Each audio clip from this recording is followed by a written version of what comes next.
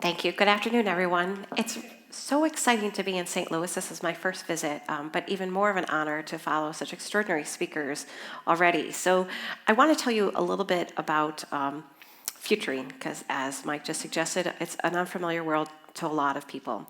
I've had this job for almost a decade, and despite being referred to as the in-house futurist for Ford, it might surprise many of you to know that I spend most of my time reminding people that no one can predict the future. And yet, each and every day, that's what we try to do. If you're in the automotive industry, it takes 3 years to bring a vehicle to market. And so we have to try to anticipate what consumers are going to want long before they've even started to imagine what we might bring to the marketplace. But I would tell you that each of you try to predict the future. You predicted the future when you registered to come to this conference, when you decide what to wear, when you settle down, when you get married, when you decide to go to where you decide to go to school, what jobs you take, the names you give your children. All of these decisions are based on how you think the future is going to play out. And so my role within Ford isn't to predict the future, but it's to challenge your vision, your worldview, the biases, the prejudices, the things that are so deep-rooted into the way that we see the world, they're often unconscious or subconscious to the way that we think.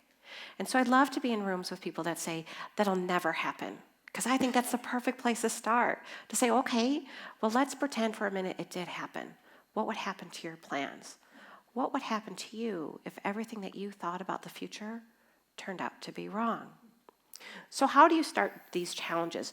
Well, we'll never be able to predict the future, but there are 5 arenas that we can look to that help inform our view of what might happen, how to prepare, to anticipate the unexpected.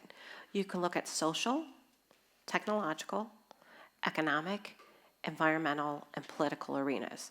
And we'll never be able to predict the future with these tools, but they will shape the landscape of consumer values, attitudes, and behaviors. So let me illustrate what that point looks like.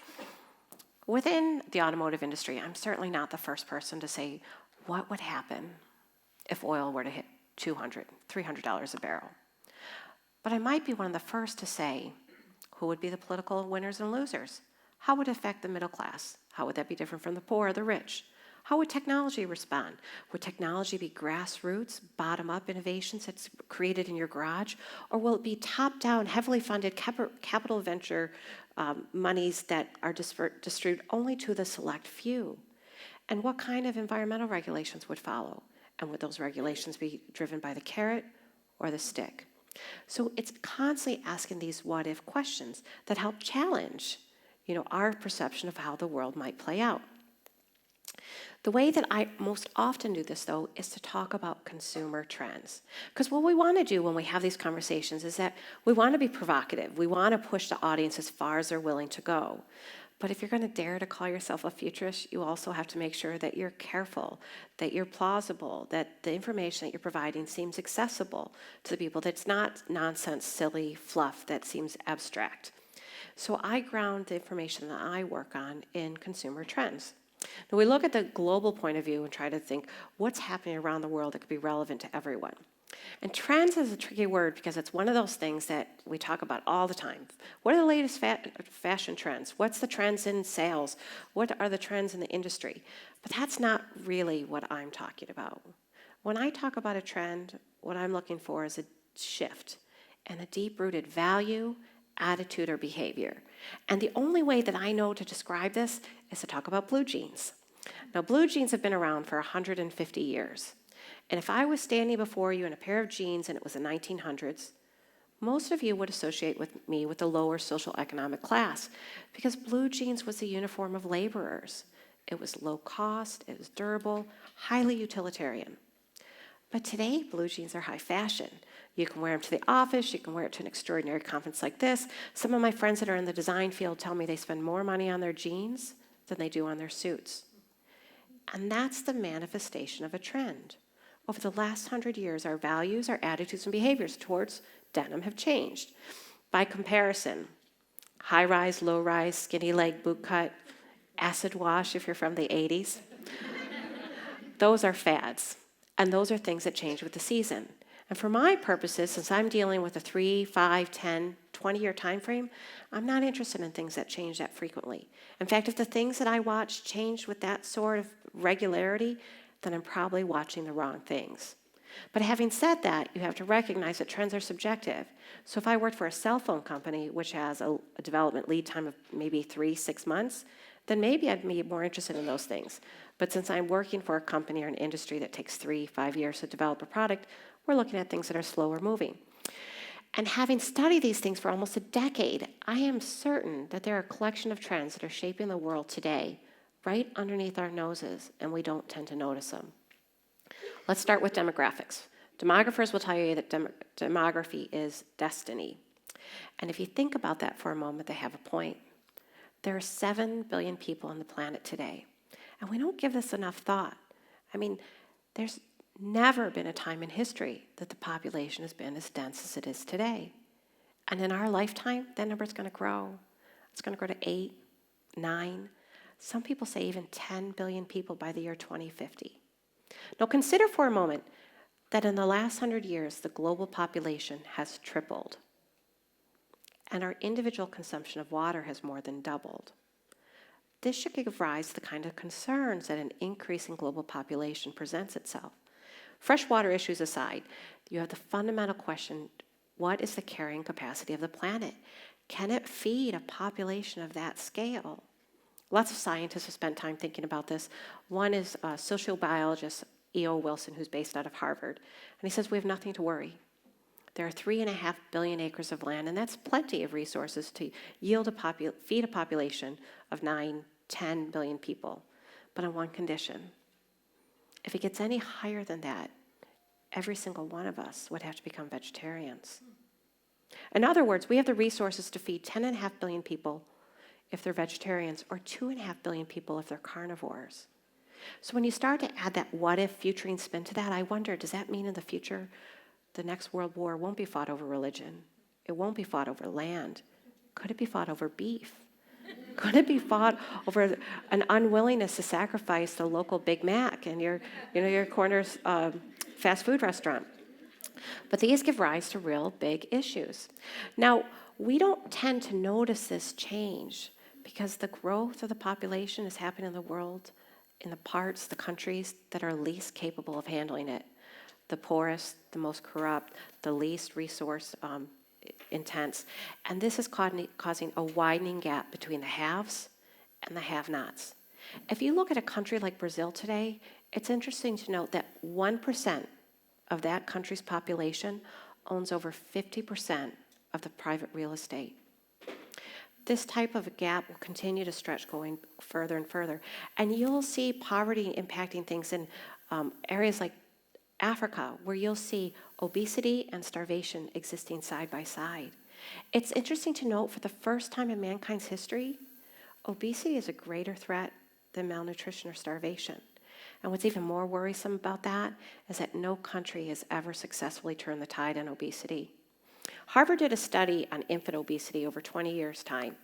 And so they were just looking at infant obesity, so children under 12 months of age. And during those 2 decades, the incidence of infant obesity increased 70%. So it's going to be an extraordinary challenge as we start to think about how these impacts will change the world.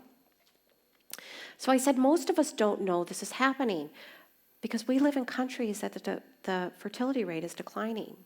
So the replenishment rate is known as 2 births for every woman.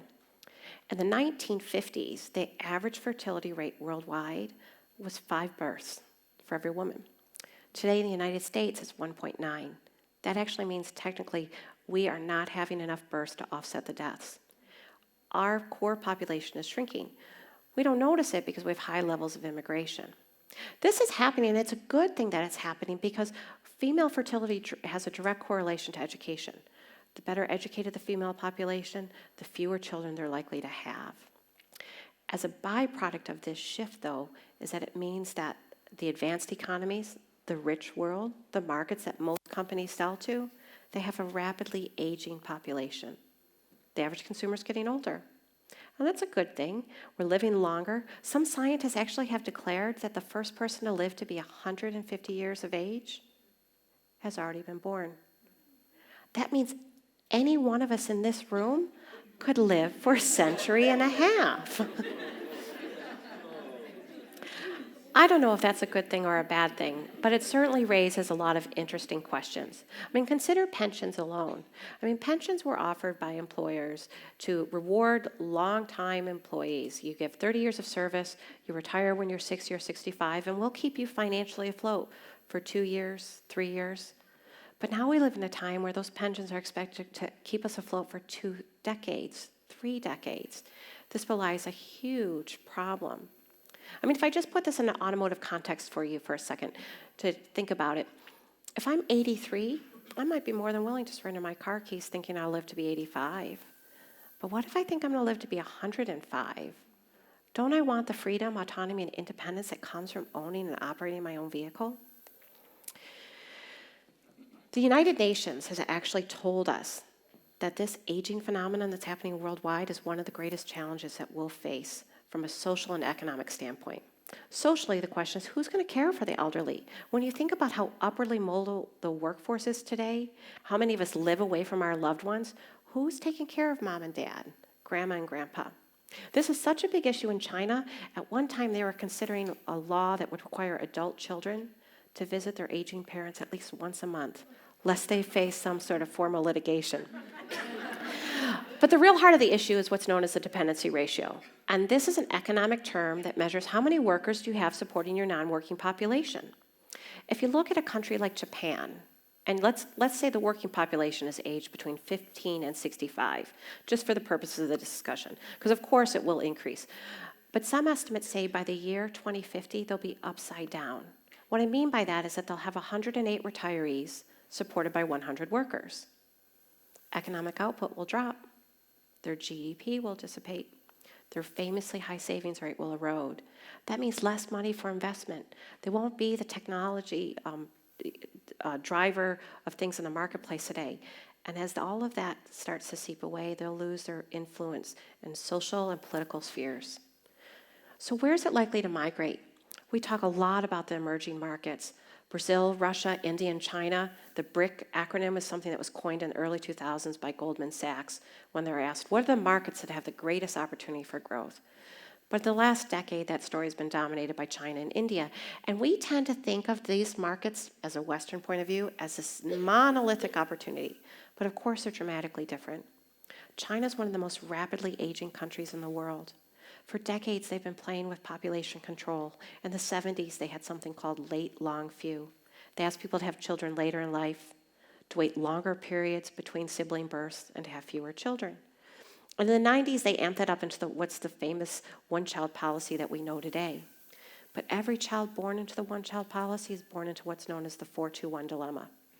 They'll eventually be financially responsible for 2 parents and 4 aging grandparents. So their ratio is basically 6-to-1. The Chinese government's acutely aware of this. They have a strategic mandate to find ways to grow rich before they grow old. But they don't have a lot of time. They'll reach their peak worker population in the next 5 years. Of course, they can turn that back if they just change the policy. But the one-child policy only affects about 30% of Chinese population. But let's switch our attention to India. India's dependency ratio by the year 2050 will be 24 retirees for every 100 workers. They're actually an exception to almost everything I've told you so far. They're moving into what's known as a demographic dividend. This is the same sort of demographic dividend that has led to China's economic boom in the last 2 decades. But ironically, India's challenges will be much more different.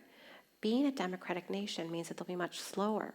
China's communist policy means that they're nimble. Command and control approach to governing has been very opportunistic for them in the marketplace. But India will be mired in having a debate, building a consensus, having democratic elections. And this is only powerful to them if they're able to meaningfully educate and employ the masses. Last year, there was widespread rioting in the country after a woman was gang raped because the citizens of India are so frustrated that the government hasn't found a way to provide even the basic protection for half of their population. As we think about this growth that's happening worldwide, much of it will happen in Asia. There are 20 megacities worldwide. That means the cities that have a population of 10 million people or more. But by 2050, there'll be 50 megacities worldwide. The US has 2. We have LA and New York. And so if you know what it's like to live, work, or drive in a city like that, you know it's fundamentally different from the rest of the country. There are 65 million new urban residents added to the planet each year. That's like adding 7 new Chicagos to the planet year after year after year. And this has been really great because it leads to great economic prosperity because of the efficiency and the productivity that can happen, but it also creates unique challenges. By 2050, it's expected that 60% of the global GDP will come from 600 cities. And they're not the cities that you think of today. They're cities that haven't even been formed in emerging markets. As we navigate all of this change, we grow increasingly reliant on constant connectivity. Having information in our hands is quite addictive because it allows us to act more spontaneously. It influences the people around us. In fact, information is the new and powerful status symbol of the day. But ironically, we live in a time where information has never been more fundamentally flawed. While we can access it just about anywhere, our ability to determine what's accurate, credible, or reliable has never been more difficult. Even more alarming is this constant connectivity is being used as a tool to escape loneliness. And if we never learn to be comfortable with being alone or isolated with our thoughts, we're eliminating that opportunity to have insight or introspection. These are the birthplace moments of innovation. As we think about all of these changes, it means we're leading to a time where we're likely to see a global race for talent or global shortage on talent. Work is becoming increasingly efficient, and so the demand in the workplace is either very high-skilled or low-skilled, and most of us fall somewhere in between. In recent years, 20% of European employers said that they left jobs unfilled because they couldn't find the talent or the skills that were needed to fill them. That same year, 80% of Japanese companies reported the same problem. In the future, it's expected that the U.S. will have 1.5 million jobs that go unfilled against a backdrop of 6 million unemployed high school dropouts, widespread unemployment. So what will get us out of this? Perhaps it'll be the girls, because women have never been more influential. Improved access to education leads to greater career opportunities and financial independence. There are more girl students at the country's best universities. They outnumber the male students at Columbia, Harvard, Penn, and they're more likely to get a degree, bachelor's, master's, or PhD degrees. By the year 2050, it's expected there will be more female billionaires than male billionaires. Outside of the G8 countries today, there are more female entrepreneurs than male entrepreneurs because they're pioneering new paths. So when I share this information inside and outside of Ford, I sometimes leave my audience a little uncomfortable. That's not my intent. But I like to showcase these trends because they challenge our assumptions about how we think the world will play out, what the future has to hold. And so I remind you that no one can predict the future. So when you do your next term, long-term planning, thinking, or strategy session, it's very powerful to imagine the broadest range of possibilities, because even in the face of uncertainty, if you've given careful thought to the widest range of possibilities, then you can be very decisive in your action. And don't ever forget, the future belongs to those who prepare for it today. Thank you.